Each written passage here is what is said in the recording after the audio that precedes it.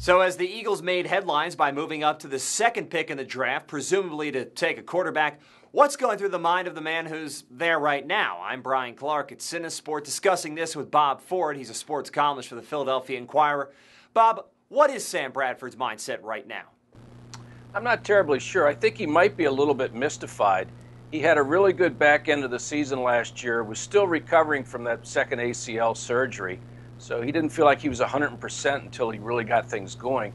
What he was able to accomplish last year, he accomplished behind a bad offensive line with receivers that kept dropping the ball and in a crazy system where he couldn't even audible at the line of scrimmage. So I think given the circumstances, Sam thought, he had some pretty good credentials for coming back this year. He was also going to be playing on a team that was 7-9 last year. It had a bunch of holes, and if it had high draft picks, they certainly wouldn't trade him away just to go get another quarterback. So I wouldn't blame Sam for being mystified, and if all indications are correct that they're going to go out and draft this project, 6'5" Carson Wentz from North Dakota State. But, I don't think Sam's going to be bothered by it particularly. He's a very competitive guy. I think he's going to see this as, I'm a Heisman Trophy winner. I'm a legit number one pick myself. And if you want a competition, let's have it. Okay, so on the other side of things, you've got Howie Roseman, who pulled the trigger on this trade. A couple years ago, he's running the show for the Eagles. Last year, he was relegated basically to a back office.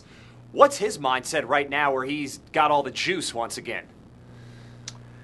I think it's popular right now in Philadelphia to say that he's erasing all, remembrances of Chip Kelly. Anything Chip Kelly did, he's wiping out.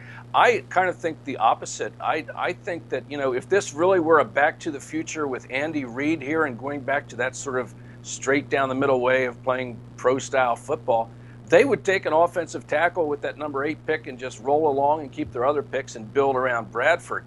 But Howie says he's taking the long view, that quarterbacks are a commodity that you can never have too many of, especially if they're good.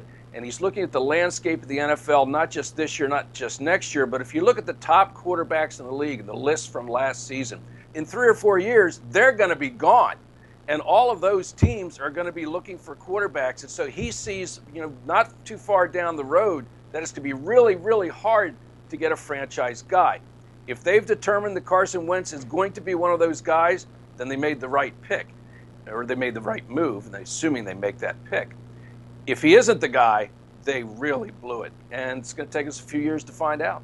While we wait for that, is this the most exciting thing we've seen from the Eagles in some time, or does the entire Chip Kelly era still have that market cornered? Nothing is going to top, just releasing Deshaun Jackson, which Chip Kelly did, and obviously an all-pro wide receiver at the very top of his game. I don't think this comes to that level of being surprising. For Howie Roseman's first shot out of the bag here this offseason, all these moves he's made to get them all the way up from 13 up to number 2, very interesting, and it sort of makes us look forward to what's going to come. Should be more interesting down the road. We'll get some answers in the next couple of days at least. Bob Ford, sports columnist. Thanks, Bob.